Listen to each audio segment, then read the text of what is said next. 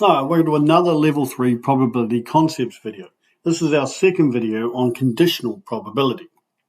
Now we know when we solve probability problems, we sometimes have constraints or conditions placed on the problem, and this is called conditional probability.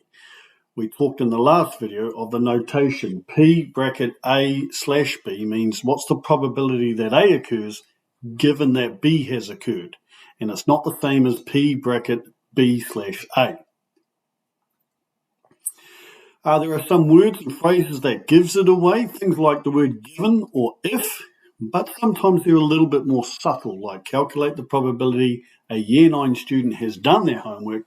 What they're trying to say is, if we selected a Year 9 student, what's the probability they have done their homework? All right, here's the formula we use to solve conditional probability problems. It's given on your formula sheet. The probability of A given B is equal to the probability of A intersect B divided by the probability of B. Right, in this example, we're going to do a tree diagram. So here's the example. An airport screens bags for forbidden items. An alarm can trigger when a forbidden item is detected. So we're going to set up a tree diagram based on this information. The first thing we're going to work out is whether the bag has a forbidden item, which is F, or not a forbidden item, which we're going to call F dash. Now, suppose 5% of bags contain forbidden items. We're going to put 5% on this branch. We're going to turn it into a decimal, 0.05, and therefore 95% chance of not being a forbidden item. If a bag contains a forbidden item, there's a 98% chance that the alarm will trigger. So if a bag's got a forbidden item, the alarm could trigger 98% of the time. But that means if a bag's got a forbidden item, that the alarm won't trigger 2% of the time. So we can put 0.98 and 0.02 onto the diagram up here.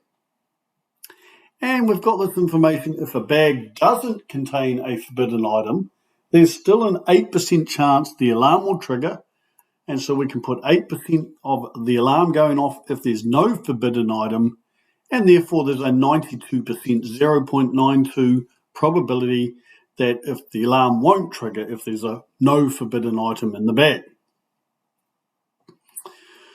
Right, well there's our tree diagram. Before we get to the actual question, let's just quickly multiply each of the probabilities to work out the probability of the four scenarios: forbidden item and the alarm triggering, forbidden item and the alarm not triggering, no forbidden item and the alarm triggering, and no forbidden item and the alarm not triggering.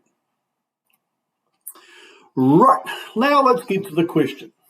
Given a randomly chosen bag triggers the alarm, what's the probability that it contains a forbidden item?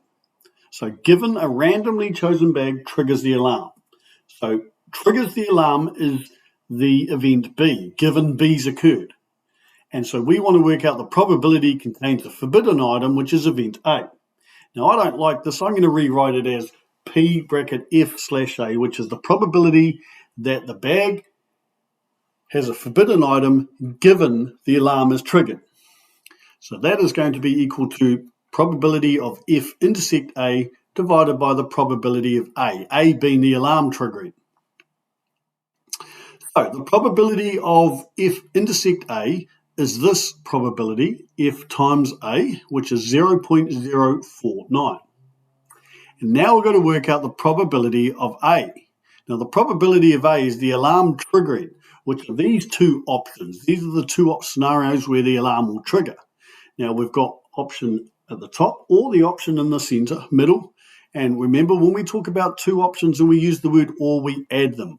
So we're going to add up those two probabilities to get the probability of the alarm triggering.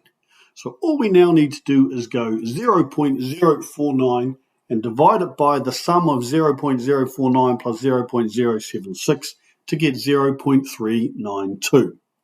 So we can say the probability that the bag contains a forbidden item given that the alarm has triggered is 0.392.